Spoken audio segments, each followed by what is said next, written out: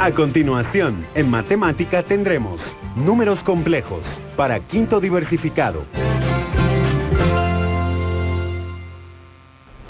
Bienvenidos a este espacio educativo. Aprendo en casa y en clase. Soy Estuardo Alonso y en esta oportunidad desarrollaré el tema de los números imaginarios del área de matemáticas para los últimos años de diversificado. Si en casa hay alguna persona con discapacidad, este tema le ayudará a ejercitar habilidades y destrezas tales como la atención, la memoria, el pensamiento espacial y el pensamiento lógico. Agradecemos y valoramos la interpretación de lengua de señas de nuestra compañera Flor Pirip. Muchísimas gracias. Antes de iniciar, te recomendamos que puedas lavar tus manos con agua y con jabón, utilizar gel antibacterial y tener a mano todos aquellos recursos necesarios para esta sesión educativa, como por ejemplo tu cuaderno, hojas, lápiz, regla, marcadores y todo aquello que consideres muy importante. Los números imaginarios son números que están comprendidos siempre dentro de la recta numérica. Sin embargo, muchas veces nosotros no los hemos sabido manejar de una manera apropiada. Si me acompañas a esta área, vamos a ver un pequeño concepto que viene ya preparado y que de esa manera tú lo puedes escribir en tu cuaderno también. Un número complejo, un número imaginario, nos estamos refiriendo a que está compuesto por dos partes, una parte totalmente real y una parte totalmente imaginaria. Pero ¿qué queremos decir con esto? La parte real y la parte imaginaria. Cuando hablamos de una parte real es algo que tú sustancialmente conoces, pero una parte imaginaria es aquello que tú vas a pensar, que lo vas a imaginar. Muy bien, por eso es su nombre.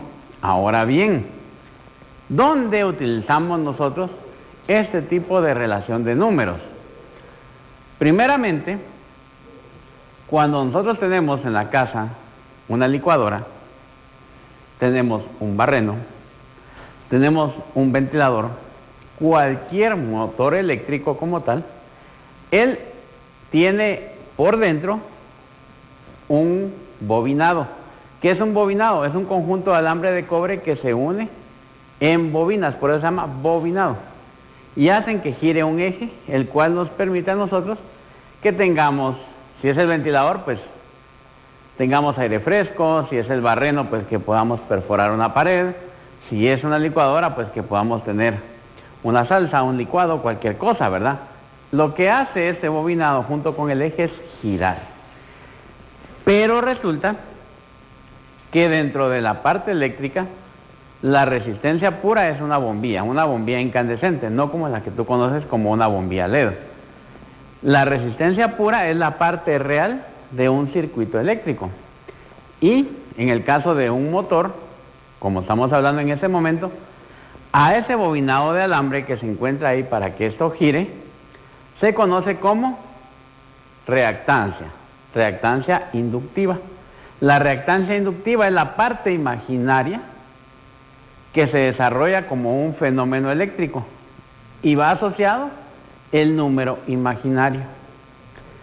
Si nosotros por el otro caso tenemos, en lugar de un motor, nosotros lo que tenemos son lámparas de gas neón, lámparas LED como tales, estas lo que generan es una capacitancia. La capacitancia también es un número imaginario. Entonces la aplicación práctica de los números complejos está basado en los circuitos eléctricos y electrónicos, en los cuales el factor de potencia, y todos aquellos han escuchado en algún momento, cuando llega el pliego tarifario eléctrico. Está saliendo mucha luz. Esa es la frase común. Realmente no es correcto decirlo así. Lo correcto es decir, estamos demandando demasiada energía eléctrica.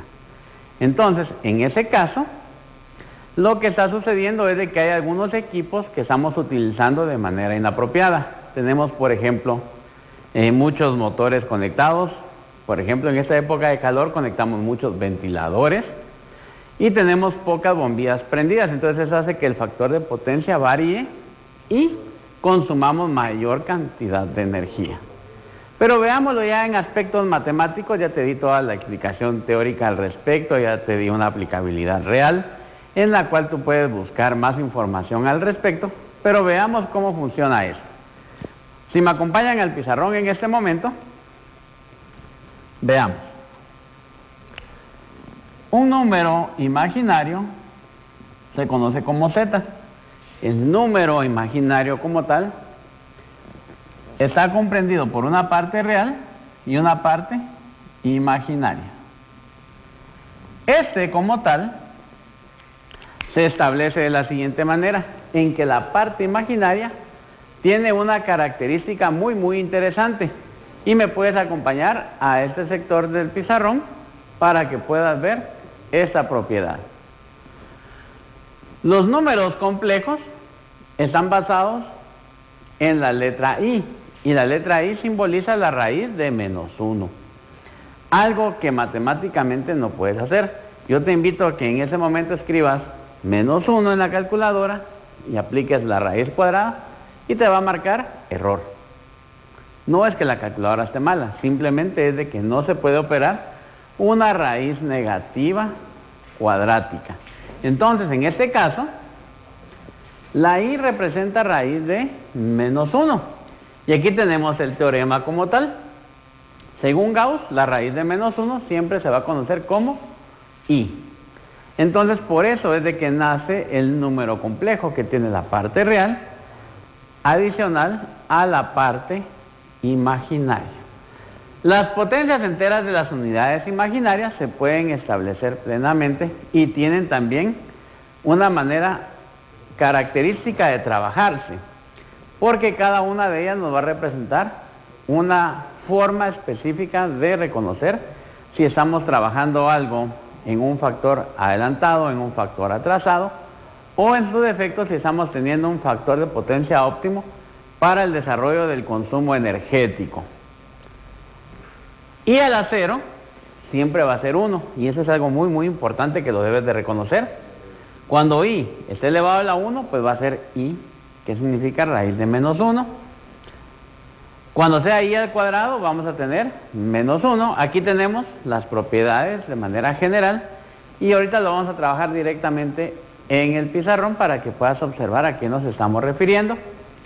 Aquí podemos ir viendo cada una de las propiedades como tal, y es muy importante que lo puedas reconocer, comprender desde ese momento, porque eso te va a seguir sirviendo ahorita que estás ya completando tus actividades académicas y posteriormente puedas iniciar un proceso en la universidad donde esto lo vas a manejar con una manera más fluida y más profundo en el tema del desarrollo como tal. Entonces, si me acompañas de este otro lado de la pizarra, vamos a observar que i es igual a la raíz de -1. Esta es la definición o el fundamento del número imaginario. El número imaginario como tal tiene una parte real, una parte imaginaria, y hoy vamos a hablar específicamente de esa parte imaginaria, esa parte en la cual nosotros venimos y queremos ver cómo son esas propiedades. Veamos. I elevado al cuadrado, ¿a qué va a ser igual? A tener la raíz de -1 elevado al cuadrado. Aquí nosotros podemos observar claramente que un radical elevado a una potencia par se cancela, y elevado al cuadrado es igual a -1. Y esa es una propiedad fundamental que nosotros debemos de reconocer en un número complejo. Todo número elevado al cuadrado va a ser -1 en esta función. Entonces, por ejemplo, nosotros ya tenemos esta propiedad clara. Si fuera i elevado al cubo, va a ser igual a lo siguiente. Primero recordemos que este factor i se puede descomponer también. Recordemos las propiedades de los exponentes. Entonces esto nos puede quedar como i al cuadrado por i elevado a la 1. 2 más 1, 3. ¿Alteramos algo? No, simplemente lo colocamos de una manera diferente para poder comprender cómo se maneja el concepto. Entonces, ¿qué hacemos en este caso? Escribimos raíz de menos 1 elevado al cuadrado por raíz de menos 1. ¿Lo observamos acá? Sí. Entonces, ¿qué pasa con i elevado al cubo? La raíz se vuelve a cancelar acá, ya lo teníamos aquí, es menos 1 por la raíz de menos 1. Esto no va a variar, por lo tanto raíz de menos 1 va a ser siempre i, que lo tenemos acá. Entonces, i elevado al cubo es igual a menos i. Y esa es otra propiedad fundamental. I elevado al cubo es igual a menos i. Si observamos acá la demostración matemática, podemos darnos cuenta que el i al cuadrado ya lo teníamos resuelto del principio, era menos 1, lo volvimos a resolver acá, sigue siendo menos 1 por raíz de menos 1, y ese se convierte en menos i. Entonces, i elevado al cubo es igual a menos i.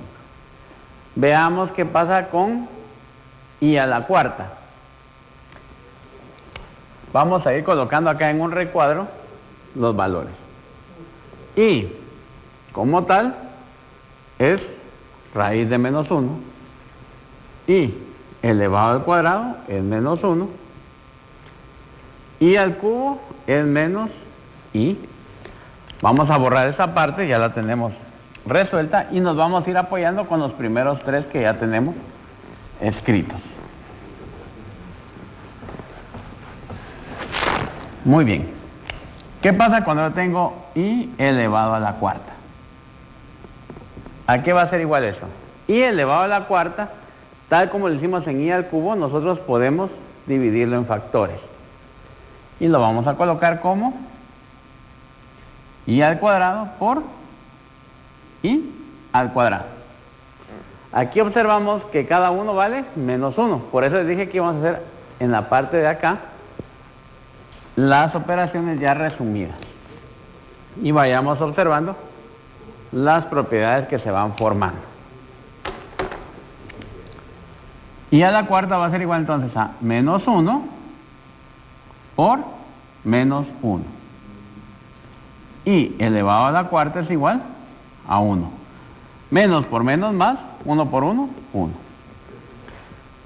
I elevado a la cuarta es igual a 1. Y aquí ya tenemos otra propiedad que corresponde al número imaginario. ¿Qué pasa cuando es i a la quinta? I a la quinta, ¿a qué va a ser igual? Lo vamos a descomponer siempre en factores. I al cuadrado por i al cuadrado por i. 2 más 2, 4. Más 1, 5. Como yo ya tengo este valor, porque lo tengo encontrado, que es i a la cuarta, también lo puedo escribir así. I a la quinta es igual a i a la cuarta por i. ¿Qué significa? I a la cuarta ya sabemos que va a ser 1. Por definición ya vimos el proceso. Ahora, i a la quinta va a ser igual a 1 por i. Porque i es raíz de menos 1. Ahí se tiene que quedar igual. Entonces, i a la quinta es igual a i. Y aquí ya tenemos otra propiedad que corresponde. Veamos qué sucede con i a la sexta. I a la sexta, ¿a qué va a ser igual? Apropiémonos de lo que ya hemos ido resolviendo y vamos a ver que ya tenemos i a la cuarta, i al cuadrado. Usemos estas dos, yo escribo i a la cuarta por i al cuadrado. ¿Alteramos algo en los números imaginarios? No. 4 más 2, 6. Sigue teniendo la misma validez. Ahora, ¿qué hacemos? Como ya tenemos resueltas las anteriores, solamente las colocamos acá para ver cómo nos queda el valor de i elevado a la sexta. Y a la cuarta es 1. Y al cuadrado es menos 1. Y a la sexta va a ser igual a menos 1. Y aquí ya encontré, y a la sexta es igual a menos 1. Y tenemos ahora otra propiedad de los números imaginarios. Como ya has ido intuyendo ahorita que estamos trabajando esto, y me imagino que con la persona que estás viendo este programa, mira, ya te diste cuenta que están utilizando los valores anteriores como resultados válidos para continuar. ¿Qué significa eso? Que si yo me paso a hacer i a la séptima, ¿qué valores voy a utilizar? 3 y 4. ¿Y cuál va a ser mi respuesta? Menos 1. Si yo hago i a la octava, es como que tenga 2 veces i a la cuarta. Entonces va a ser 1. Y así consecuentemente cada uno de los valores se van estimando una y otra vez y otra vez. Incluso podría ser i a la 100. Y entonces, ¿qué tengo que hacer para llegar a i a la 100? Buscar los valores de i a la quinta, por ejemplo, que es el que ya tengo resuelto. Y entonces va a ser i. Y como va a ser, para hacer los 100, tendría que tener yo 20 veces este valor. Por lo tanto, si es 20, voy a tener siempre i elevado a la 20. ¿Y qué voy a hacer con ese? Entonces se va a convertir en i. Y al reducirlo otra vez, se vuelve a i. Y al final voy a obtener que i a la 100 va a ser i. Entonces, esos valores siempre se van a ir repitiendo. Lo que tienes que tener es la habilidad de ir utilizando esta propiedad. Y esto te va a ayudar a resolver cualquier tipo de problema que tiene que ver con los números imaginarios. Si me acompañas a este sector nuevamente donde tenemos ya algunas propiedades establecidas, podrás ver que en i a la octava se vuelve a repetir el valor 1, que es lo que estamos hablando, que se vuelven repetitivos. ¿Eso qué significa? Que implica que una unidad imaginaria elevada a un múltiplo de 4 siempre va a ser i a la cuarta. Ya nos sugieren siempre los libros de texto que no hay necesidad de ir trabajando todos los valores porque siempre se van a volver a repetir de manera cíclica. Esto hace que el número imaginario siempre se mantenga alternando. Entonces yo hablaba hace un momento acerca de lo que son los factores de potencia. El factor de potencia en el tema energético es muy importante que se mantenga en adelanto. ¿Por qué? Porque eso hace que el consumo baje. Si se mantiene en atraso, hace que se consuma más energía. ¿Cómo podemos verlo esto y relacionarlo rápidamente con lo que estamos desarrollando? Si me acompañas a la pizarra, lo podremos observar mejor. Nosotros tenemos, y tú reconoces rápidamente el plano cartesiano, donde yo tengo ahora, en lugar de tener la X, yo tengo una resistencia y tengo una capacitancia que se convierte en I, que es un número real y un número imaginario. Y el resultante de este que está acá se conoce como Z, que es la impedancia. Entonces, yo lo que tengo que hacer es que este ángulo θ sea lo más pequeño posible, lo más pegado a la horizontal, para que el consumo energético sea mínimo. ¿Cómo lo hacemos en casa? Colocando mayor cantidad de bombillas LED, colocando bombillas ahorradoras. Eso hace que el factor de potencia varíe y tengamos menos consumo de energía eléctrica. Son detallitos que dentro de tu carrera, si estás en el área técnica, pues ya los has visto con un poco más profundidad, pero no está de más recordarlos. Y para aquellos que no trabajan directamente en el área técnica, pues son tips que le ayudarán a tener economía familiar. Les recordamos que todos estos temas los puedes seguir analizando, puedes compartir esta información con alguien más en casa, acerca de lo que estamos desarrollando aquí en el segmento de Aprendo en Casa y en Clase. ¿Qué aprendimos el día de hoy? Acerca de lo que son los números complejos y de qué manera son aplicables en la vida real. Les recordamos que el 29 estamos celebrando el Día de la Danza.